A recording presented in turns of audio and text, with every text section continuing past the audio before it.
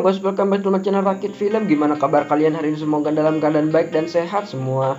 Yang sehat semoga selalu sehat, dan yang lagi sakit semoga cepat sembuh. Gak perlu basa-basi lagi, kita langsung saja masuk ke alur cerita film Kenja no Mago part 7. Sebelum masuk ke ceritanya, kita intro dulu, berangkat.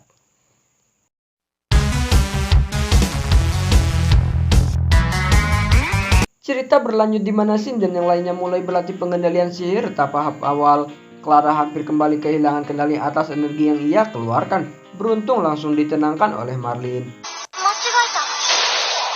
Mereka juga mempelajari mengenai peralatan sihir yang dibimbing langsung oleh Melinda.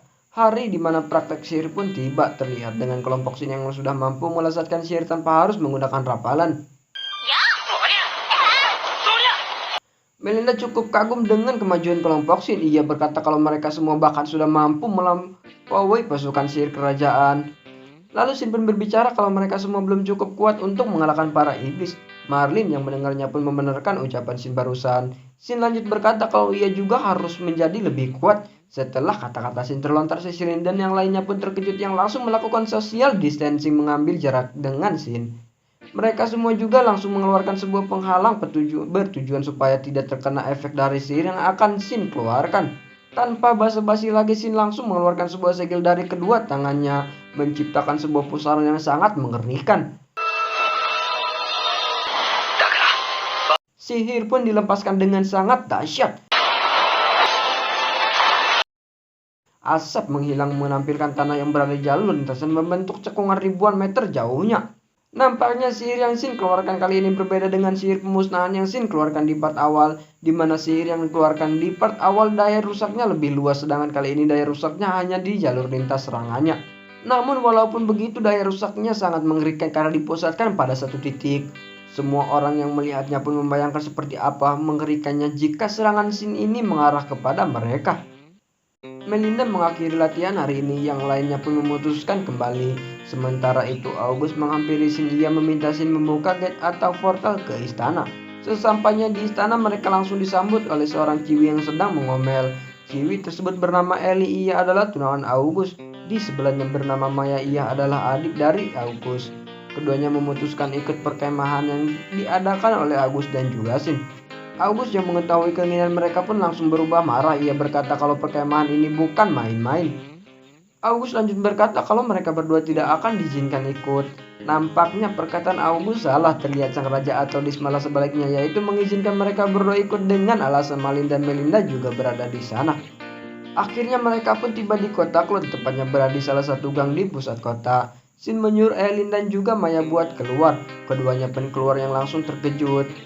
Mereka tidak menyangka padahal tadi berada di kastil tapi sekarang sudah berada di kota Cloud. August mengintrusikan keduanya supaya tidak terlalu jauh dari ia dan juga Shin. Singkat waktu, mereka semua sedang menikmati makanan di sebuah rumah makan. August berbicara kepada Ellie kalau Shin sudah mempunyai kekasih. Sontak Shin yang mendengarnya pun terkejut. Ia lantas mempertanyakan perkataan August barusan. August malah membenarkan perkataannya. Ia pun lanjut berkata kalau sudah saatnya Shin berterus terang atas perasaannya kepada Cecilin.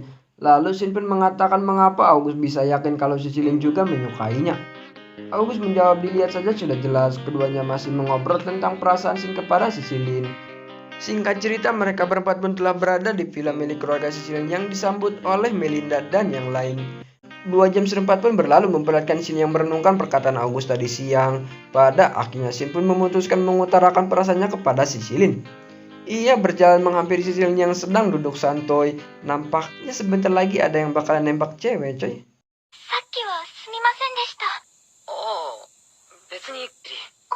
Kayaknya tebakan August benar kalau mereka akan jadian.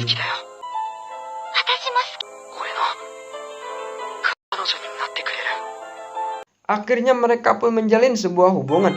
Pada saat Shin akan menempelkan bibirnya di bibir Cecilin, tiba-tiba keesokannya terlihat di mana mereka semua yang kembali berlatih, namun berbeda dengan sebelumnya. Kali ini mereka berlatih dengan mengadakan permainan voli pantai. Shin menyampaikan peraturan permainannya. Permainan pun dimulai. Mereka diharuskan mengendalikan sihir dan kekuatan pada bola saat bersamaan.